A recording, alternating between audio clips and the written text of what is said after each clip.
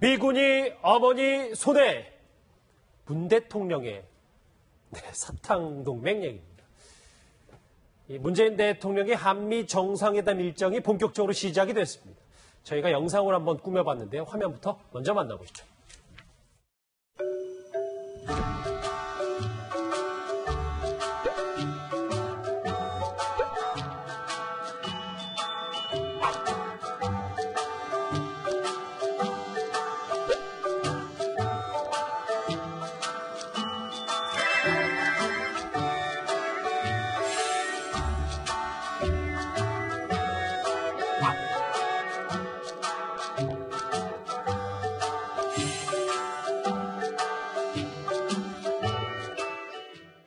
미국 가기 전 얘기부터 차분히 좀 하긴 해야 될 텐데, 이현정 의원님. 네. 임종석 실장 표정을 너무 감출 수 없는 건 아니죠? 뭐 너무 좋아하는 거 아닙니까? 보통 회사에서 이제 사장님이 어디 외국 나가시면 직원들이 다 행복하죠. 사실 이제 이렇게 뭐 여러 가지를 뭐 챙기던 분이 없으면 일단 지금 청와대는 어차피 임종석 비서실장이 일단 지금 제일 첫 번째 지금 어떤 임무를 맡았지 않습니까? 그렇기 때문에 아마 대통령이 외국에 나가 있는 상황에서는 모든 결정을 일단 임종석 비서실장을 중심으로 해서 이제 결정되게 됐죠. 특히 이제 정의용 안보실장도 같이 동행을 했기 때문에 청와대는 일단 임종석 비서 체제로 움직이는데 아무래도 이제 지금 3박 5일인데 사실은 이제 국내에서도 굉장히 긴장할 수밖에 없습니다. 그렇죠. 특히 이제 그 미국에서 벌어지는 일, 그다음 또 국내에서 벌어지는 일 자체를 매일매일 보고를 해야 되고 또 국내에서 지금 인사청문회가 지금 사실 대통령 외국 나가시는 기간 동안 집중적으로 또 배치되어 있지 않습니까? 예. 그럼에도 불구하고 임 실장은 하여튼 상당히 좋은 것 같습니다. 저희가 재미있게 시작을 해봤는데 누리꾼들 반응이 뭐 여러 가지 문 대통령의 순방과 함께 임종석 실장의 표정 뭐 재미있게 재치있게 한 얘기들도 있어요. 오른쪽에 준비한 거 한번 있습니다. 같이 한번 보시죠. 문 대통령의 한미 정상회담 첫날입니다. 뭐 아까 있었던 서울공항에서의 아주 소소한 에피소드 하나 봤다면 뭐 난기류, 뭐 말 그대로 난기류는 아니고요. 대통령 전용기 내에서도 인상적인 장면이 있었습니다. 취임 후 두 번째로 문 대통령이 직접 이렇게 취재진의 질문에 답했는데요. 그 현장부터 한번 같이 만나보죠.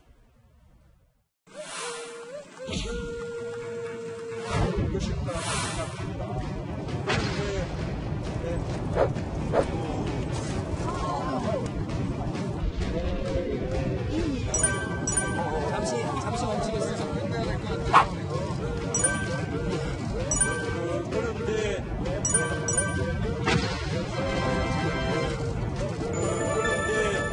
그 적자들은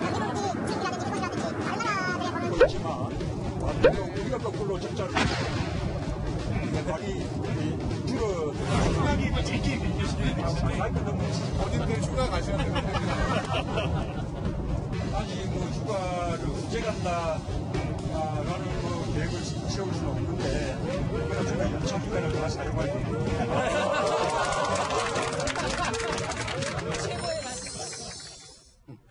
예, 뭐 문재인 대통령은 웃고 계시지만 주변 참모들은 속이 바짝바짝 탔을 것 같아요. 맞아요. 혹시나 또 난기류 때문에 넘어지면 어떻게 되나 또 괜히 넘어져서 다치기라도 하면은 정상회담에 큰 지장이 있을 수 있잖아요. 아마 참모들 입장에서는 등골이 오싹하거나 등에 식은땀이 좀 흐르지 않았을까 싶은데 방금 전에 화면에 나오는 것처럼 문 대통령이 혹시 쓰러질까봐 서로 손이 몇 개가 지금 나와가지고 팔을 이렇게 잡으려고 하는 모습들이 보이는데요. 뭐 문 대통령이 특전사 출신이기 때문에 저럴 거다 뭐 이렇게 얘기하는 언론도 있지만 제가 볼 때 뭐 그 정도까지는 아닌 것 같은데 그러니까 대통령의 어떤 신변이나 안전을 도대체 어디까지 보호해야 되는가 이런 또 숙제 같은 건 조금 약간 던진 것 같은 느낌은 들어요. 그러니까 워낙 낮은 경호를 하고 있기 때문에 경호실 같은 경우에도 사실은 진땀을 흘리는 사례들이 꽤 많이 있을 것 같거든요. 예전에는 이제 대통령한테 누가 감히 이렇게 손을 대는 것 자체도 금기시하는 이런 문화가 있었는데 지금 문재인 대통령 같은 경우에는 그냥 사람들을 시민들 만날 때 그냥 아주 스스럼 없이 가가지고 그냥 덥석덥석 손을 잡아버리거든요. 혹시나 그럴 때 불상사가 생길까봐 경호원들 같은 경우 또 참모들은 굉장히 좀 이 신경이 곤두설 수밖에 없는 상황인데 물론 이제 그 대통령 전용기 안에서 있는 일이기 때문에 그럴 위험은 없지만 행여라도 사고가 날까 걱정하는 마음은 좀 있었을 것 같습니다. 예. 문 대통령도 낮은 경우도 좋긴 한데 살짝 저렇게 위험할 때는 잠깐 앉았다가 그리고 다시 기자간담회를 이어갔으면 어땠을까 하는 조금 그런 생각도 들기도 합니다. 지금 화면 보면 이제 카메라가 막 흔들리기 때문에 이제 보통 저 상황이면 승무원들이 안전벨트하고 자리에 앉으라고 하는데 네, 문 대통령 오늘 오랜만에 기자들한테 할 말이 많았던 모양입니다. 서 변호사님. 근데 아까 휴가 질문을 이제 취재기자가 취재진하니까 연차 다 쓰겠다고 문 대통령이 답변을 했네요. 그렇죠. 이게 그 국가공무원법에 보면요. 6년 넘으면 휴가가 이게 21일입니다. 근데 이게 문 대통령은 과거에 그 참여정부 시절의 근무 경력 때문에 21일이고요. 아마 이게 문 대통령은 후보 시절부터 휴식이 곧 국가 경쟁력이다. 그다음에 여름 휴가는 10일 이상 하겠다. 이런 공약을 했거든요. 예. 그래서 이게 저는 뭐 대통령 휴가를 가야 밑에 직원들도 가고 또 이게 잘 쉬어야지 일도 잘하는 거 아닙니까? 저는 이게 상당히 긍정적으로 봅니다. 예, 이종훈 박사님 지금 뭐 순방에 대해서 굉장히 관심이 많은데 특히 처음 만나서 트럼프와 악수를 어떻게 할지가 지금 초미의 관심사란 말이에요. 네. 뭐 전략에 대해서 얼핏 얘기를 한 것 같아요. 네, 그러니까 뭐 악수액이 유명하지 않습니까? 트럼프 대통령. 그러니까 본인이 굉장히 세다는 거를 이렇게 막 과시하는 거를 굉장히 좋아하는 것 같아요. 그래서 이제 초기에 당한 그 외국 정상이 많죠. 대표적으로 이제 아베 총리 같은 경우에는 아주 그냥 난색을 표하기도 하고 이제 그런 광경이 연출이 됐는데 그런데 최근에는 다른 나라 정상들이 그거 대비를 철저히 해서 오히려 트럼프 대통령이 약간 굴욕적인 상황들이 지금 벌어지고 있습니다. 그러니까 이 마크롱 프랑스 대통령 만났을 때 사실 더 꽉 잡았는데 마크롱 대통령이 더 잡는 바람에 좀 본인 얼굴이 빨개지는 이런 상황도 있었고 예. 또 트루도 이 캐나다 총리 같은 경우에는 악수하려고 하니까 먼저 어깨를 딱 잡아서 그러니까 한 타임 이제 쉬어가는 거죠. 그래서 이제 그런 것도 있고 그래서 아마 문재인 대통령도 여러 가지 이제 준비를 이제 했을 것으로 보이는데 그런데 이 트럼프 대통령이 또 워낙 또 변칙에 능하신 분이잖아요. 그래서 어쩌면 또 이렇게 왼손을 내밀지도 모릅니다. 그래서 하여튼 뭐 이번 악수 광경도 어떤 모습이 연출이 될지 지금 관심이 많이 갑니다. 그러니까 저 트럼프 대통령이 그 정상들을 만났을 때 SNS 정치도 많이 하니까 문 대통령도 이에 질세라 뭐 지금부터 본격적으로 이제 한미 정상회담 관련해서 SNS 홍보를 좀 많이 하는 것 같더라고요. 요즘은요, 예전에는 그 대통령의 행보를 국내에다가만 홍보를 했거든요. 근데 이제는 글로벌화되어 있는 시대고 SNS를 외국인들도 다 볼 수 있는 시대가 돼버렸잖아요. 그러니까 대통령 행보를 이 SNS로 페이스북이나 이런 데 올리게 되면은 외국에 있는 교민들도 보게 되고 또 외국인들도 보는 이런 홍보 효과들이 있습니다. 그러니까 실시간으로 SNS에 이제 대통령의 어떤 행보라든가 이런 것들을 공개를 하는 작업들을 하는 거죠. 그러니까 지금 그 장진호 전투 기념비에서 이 헌화를 마치는 모습도 벌써부터 이제 페이스북에 올리는 그런 모습들을 보이고 있거든요. 근데 이런 걸 보면은요, 사실 뭐 이제 이번에 뭐 어느 정상회담도 좀 비슷하긴 한데, 이번 정상회담엔 특히 이 문재인 대통령의 스토리 있는 외교 방식들이 많이 들어가 있는 것 같아요. 장진호 전투 같은 경우에도 문재인 그 대통령한테 아주 의미가 있는 전투잖아요. 또 이제 뒷부분에 얘기를 또 할 수 있는 기회가 있을 수 있겠지만 문재인 대통령이 흥남 철수하는 데 있어서 장진호 전투도 거의 관련돼 있고 당시 이제 미군 사단이 뒤로 이제 후퇴를 하면서 중공군한테 밀려서 후퇴를 하고 결국 흥남에서 그러니까 피난민을 10만 명 이상을 싣고 이제 나오는 그런 이제 과정이 있었는데 그런 이제 문재인 대통령의 특별한 스토리를 이번에 정상회담에 얹어서 더 홍보를 하면 아마 외국인들 입장, 특히 미국인들이 바라볼 때는 굉장히 호감을 갖는 그런 이제 정상회담이 될 수 있는 그런 이제 계기들을 마련하려고 하는 차원에서 저렇게 SNS 홍보를 열심히 하는 것 같습니다. 현호원님 그 얘기는 잠시 뒤에 짚어볼 텐데 먼저 얘기해 주실까요? 네, 뭐 SNS 홍보 말씀을 하셨는데 SNS에 또 한 가지 영상이 올라온 게 아까 뭐 잠시 보셨겠지만 워싱턴 교민들이 상당히 환영하러 많이 나오셨더라고요. 네, 뭐 교민사회 같은 경우 사실 대통령이 한번 오시면 굉장히 들뜨게 돼 있습니다. 아무래도 그 나라의 어떤 자존심이나 또 자긍심을 좀 키워줄 수 있기 때문에 항상 우리 대통령이 워싱턴을 가면 교민사회도 상당히 들뜨게 되는데 문제는 이제 교민사회도 사실은 진보와 보수로 많이 갈라져 있다는 것이죠. 그렇다 보니까 대통령에 대한 지지와 반대에 따라서 사실 찬반 어떤 시위를 동시에 벌이죠. 이거 우리가 아시겠지만 박근혜 전 대통령이 이제 가셨을 때는 뭐 특히 보수적인 단체에서 상당히 시위를 벌였던 반면에 또 진보적인 그 어떤 교민사회 단체에서는 또 거기에 대한 반대 투쟁을 벌였고 또 이번에도 사실은 이제 지금 벌써 그 장진호 이제 그쪽에 이제 천하고 나오시는데 그때 교민들이 많이 오셔서 저렇게 직접 이제 환호를 했는데 또 한편으로는 이제 보수단체에서 또 이제 그 여러 가지 사드 문제 등등 관련해서 좀 시위를 준비하고 있다고 그래요. 한 50여 분 정도가 이제 아마 블레어 하우스라든지 이런 쪽에서 좀 맞불 시위를 좀 벌인다고 하는데, 어떤 면에서 본다면 자연스럽게 자신들의 정책 어떤 뜻을 밝히는 것은 좀 좋다고 봅니다만은 또 이것 자체가 너무 또 격화돼서 사실 외국인들 비치기에 교민사회가 한국이 너무 분열되어 있다. 이런 인상은 좀 안 좋습니다 합니다. 예. 문 대통령의 동선을 따라서 다시 한번 준비한 걸 보시죠. 아까 임종석 실장이 웃음으로 시작을 해서 난기류 기자 간담회 얘기까지 살펴봤습니다. 잠깐씩 지금 언급을 해주셨는데 도착하자마자 방문한 곳이 바로 장진호 전투기념비 헌화였는데 문 대통령이 여기서 사탕과의 인연을 말했습니다. 도착하자마자입니다. 워싱턴에 도착했을 때 어떤 내용이었는지 화면으로 만나보시죠.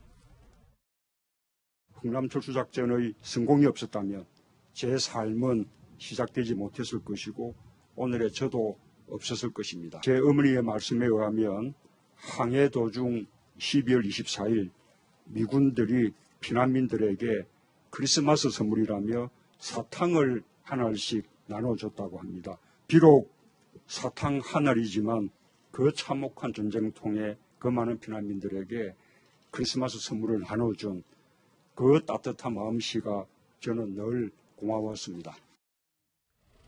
글쎄요, 어머니가 본인이 태어나기 2년 전에 미군으로부터 성탄절에 사탕을 받았는데 저 얘기를 미국 방문 전에 두고두고 아꼈다가 저때 좀 얘기하려고 문 대통령이 했던 것 같아요. 네, 그러니까 아마 일반인들도 잘 모르는 내용일 거다라고 하면서 이제 공개한 그렇죠. 그런 내용이죠. 그러니까 그때 흥남 철수했을 때가 12월 달이었거든요.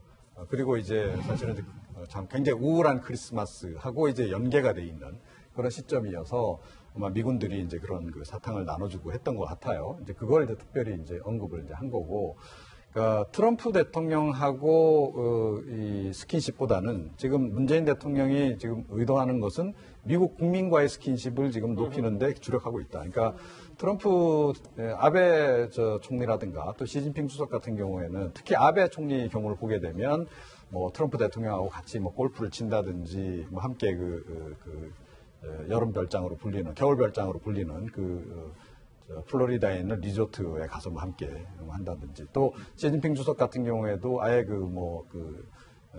미중 정상회담 자체를 리조트에서 한 거 아니겠습니까?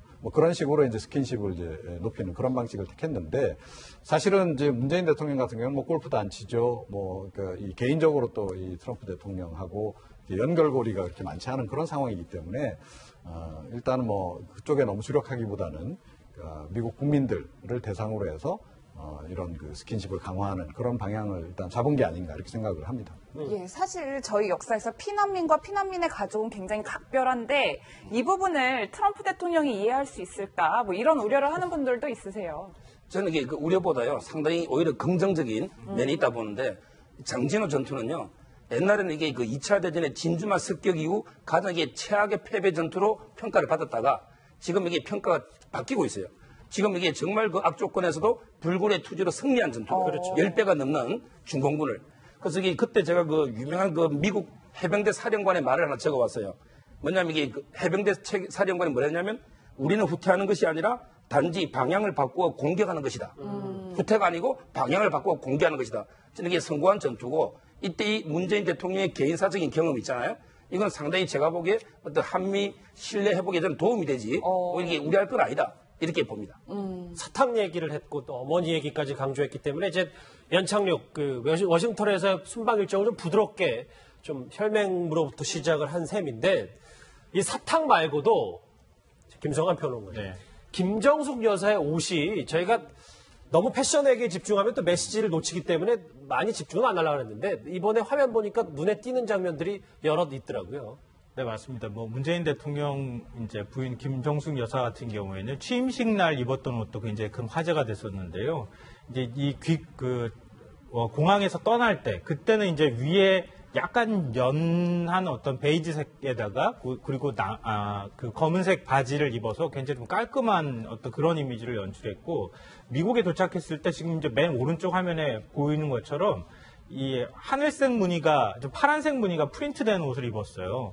굉장히 멋스럽다 이런 이제 평가를 받고 있는데요. 예. 이게 그 우리 전통 방식으로 물을 드리는 것도 있고 또 이 파란색이라고 하는 의미가 굉장히 좀 그 뭐랄까 다른 사람들한테 친근한 이미지를 주기도 하고요. 그 다음에 또 그 현대인을 좀 위로하는 의미를 가지고 있다. 뭐 이런 이제 의미를 담아서 이렇게 옷을 입었는데 이 원래 멜라니아 여사 때문에 패션 부분이 좀 뒤질 거 아니냐, 경쟁에서 좀 밀리는 거 아니냐 이런 얘기도 있었는데 예. 지금 김정숙 여사 옷 보니까 굉장히 준비를 많이 한 것 같고 본인이 스스로 이제 패션 감각이 굉장히 좀 탁월하다 이런 얘기도 하는데요. 예. 그러니까 그 옷을 고르는 데서도 아주 굉장히 많이 신경을 쓰고 있다는 게 방미 과정에서도 좀 보이는 것 같습니다. 예, 실제로 이현정 의원님 네. 뭐 저 옷들이 다 이제 국내 디자이너의 옷이다 뭐 이런 얘기가 있는데 실제로 한국 그 뭐 의료 산업에도 굉장히 도움이 될 것 같다는 생각이 들었어요. 그렇죠. 우리가 참 이 옷 하면 참 안 좋은 기억들이 솔직히 있지 않습니까? 그렇죠. 우리가 이제 국정농단 사태를 겪으면서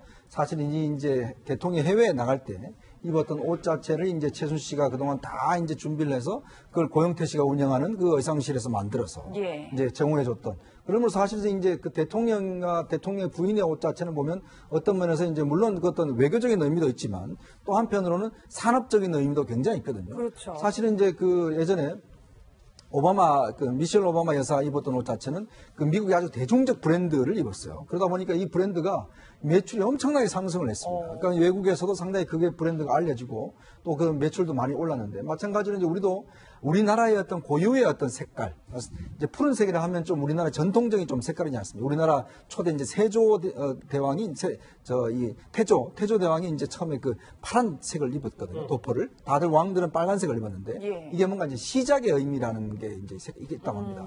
그러면서 본다면 이제 저는 푸른색을 강조함으로 해서 이제 뭔가 새롭게 시작하자는 그런 의미와 함께 또 국내 디자이너들이 이제 나름대로 세계 무대에 좀 진출할 수 있는 예. 그러한 토대를 말아준다는 측면에서는 이러한 것들이 완전 외교적뿐만 아니라 하나의 좀 산업적 측면으로 좀 바라봐야 될 측면이 있다. 그리고 저기 이제 지금 화면에 나오는 그 이제 그 멜라니아 여사 저 옷은요 샤넬 제품인데 저게 6천만 원짜리랍니다. 그래서 엄청난 고가의 옷이라고 알려져 있습니다. 예.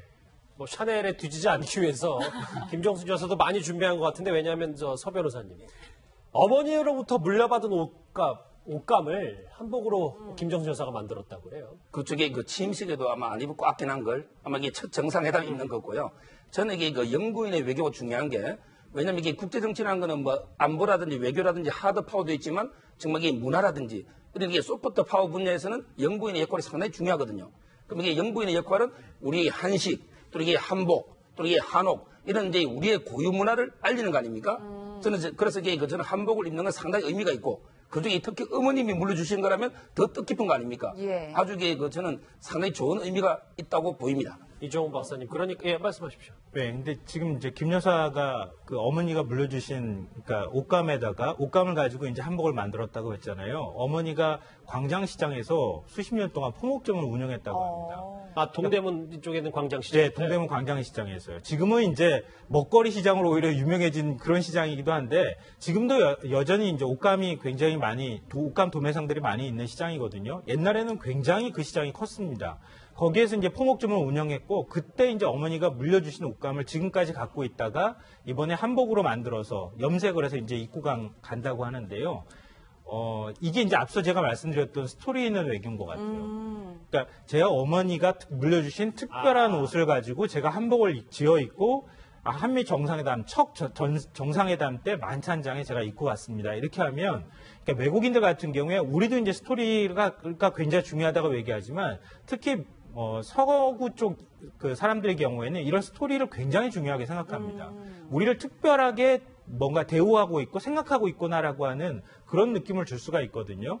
아마 이런 것도 어쩌면은 굉장히 사전에 치밀하게 어떤 방식으로 미국인들의 마음을 움직일까 이런 것들을 고민한 결과가 아닐까 그런 생각이 들어요. 아, 그러니까 이제 어머니가 물려주신 한복, 그 옷감, 그리고 이종훈 박사님, 저기 지금 화면에 보이는 어머니가 흥남 철술 때 미군으로부터 받았다는 사탕 이런 것도 다 청와대에서 미리 말씀하셨던 것처럼 스토리라인을 다 짜서 갔다. 그래서 3박 4일의 첫 일정이 다 저거였다. 이렇게 봐야 되는 거예요. 그렇죠. 그러니까 이제 스킨십 포인트들을 이제 미리 이렇게 좀 설정을 해서 이제 미국 국민들에게 어필할 수 있는 대목들을 이제 찾은 것 같고요. 그렇게 이제 승부를 이제 거는 그런 방식을 택한 거죠. 그러니까 뭐 의상 같은 경우에 예를 들어 뭐 그 멜라니아 여사 같은 경우에는 패션 모델 출신입니다. 그러니까 뭐 스타일도 좋고 또 옷도 굉장히 비싼 옷을 입는데 똑같이 이렇게 맞불 전략으로 가서 성공할 수 있겠습니까? 그러니까 오히려 그거보다는 이제 한복으로 승부를 하면서 또 본인의 또 김정숙 여사의 또 어머니께서 광장시장에서 계속 그런 한복 장사를 하셨기 때문에 한복에 대한 감각도 굉장히 남다르신 것 같아요. 그런 패션 감각을 좀 물려받은 부분도 있고 그래서 그런 것을 한데 엮어서 이렇게 이제 이번에 미국에서 선을 보이면 그러니까 멜라니아 여사가 비싼 고가의 의상으로 이제 세계인들의 이제 주목을 받는 반면에 그러니까 한국의 문재인 대통령은 본인도 굉장히 소박하고 부인도 굉장히 소박하지만 사실은 그럼에도 불구하고 미적 감각이 있다라고 하는 것을 알릴 수 있는 그런 좋은 계기가 되는 것이죠. 내조 외교가 4년 만에 부활한 셈이군요. 그런데 이 문재인 대통령이 이렇게 미국으로 자리를 비운 사이 북한에서는 강도 높은 발언 하나가 쏟아졌습니다. 어떤 내용인지 같이 한번 들어보시죠. 박근혜 욕도와 전 괴뢰 국정원 원장 리병호 일당을 최고의 극형에 처하기로 하였다는 것을 내외에 엄숙히 선포한다. 지금 이 시각부터 누구에 의해 어느 때 어느 곳에서 어떤 방법으로 처참한 당하여도 항소할 수 없다. 미국과 남조선 괴뢰들이 우리 최고 수뇌부를 노린 특대형 국가 테러 범죄를 또다시 기도하는 경우 사전 통보 없이 즉결 처용한다는 것을 선거한다. 우리의 최고 존엄에 감히 도전하는 자들은 이 하늘 아래서 살아 숨쉴 생각을 하지 말아야 한다.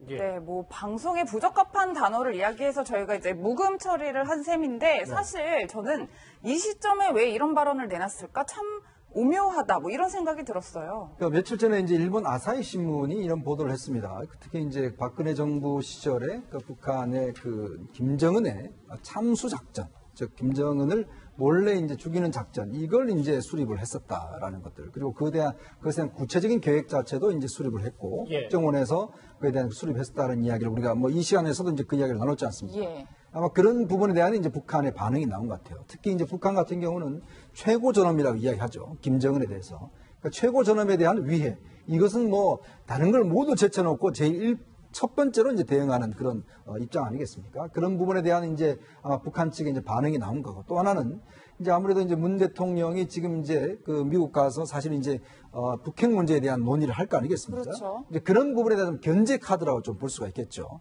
그래서 이제 이런 좀 긴장감을 고조시키고 또 이런 부분에 대한 이제 자신들의 어떤 입장들을 나타내는 그런 차원에서 아마 오늘 북한 조선중앙방송이 저 이야기를 한 것 같습니다. 김수환 평론가님, 그러면 뭐 북한이 뭐 3박 5일 동안 뭐 도발은 하진 않겠지만 저런 그러니까 대남 관련 메시지를 이 한미 정상회담 기간 동안 계속 던지겠네요. 글쎄요, 그럼 또 지켜봐야 될 것 같긴 한데요. 이 건 같은 경우에는 방금 전에 말씀하셨던 것처럼 북한 최고 존엄을 건드린다고 하는, 그러니까 북의 입장으로 보면은 굉장히 간담회 서늘한 만한 얘기잖아요. 그러니까 그 아사히 신문 보도를 우리가 얼마까지 신뢰할 수 있는가 이 문제가 일단 기본적으로 있기는 하지만 만약에 그게 사실이라 그러면은 사실 북에 가가지고 김정은을 살해할 목적을 세웠다, 살해할 계획을 세웠다고 하는 것일 수도 있고, 김정은 체제를 붕괴시키기 위한 어떤 체제 전환을 노렸다고 하는 그런 것들도 있는 거거든요. 그래서 이 박근혜 전 대통령하고 이병호 전 국정원장을 직접 겨냥해가지고 메시지를 냈다 이렇게 볼 수 있고요. 뭐 북에서 이 대남 어떤 그 선전을 하거나 이런 방송을 하는 거 보면 굉장히 호전적인 모습들을 많이 보이는데 실제로 이렇게 거창하게 막 얘기를 했지만 실제 실행으로 옮기는 경우는 사실은 그렇게 많지 않아요. 이거는 일종의 이제 경고의 메시지 정도라고 볼 수 있을 것 같고요. 이 지금 한미 정상회담과 관련해서 정상회담의 어떤 내용이나 이런 것들이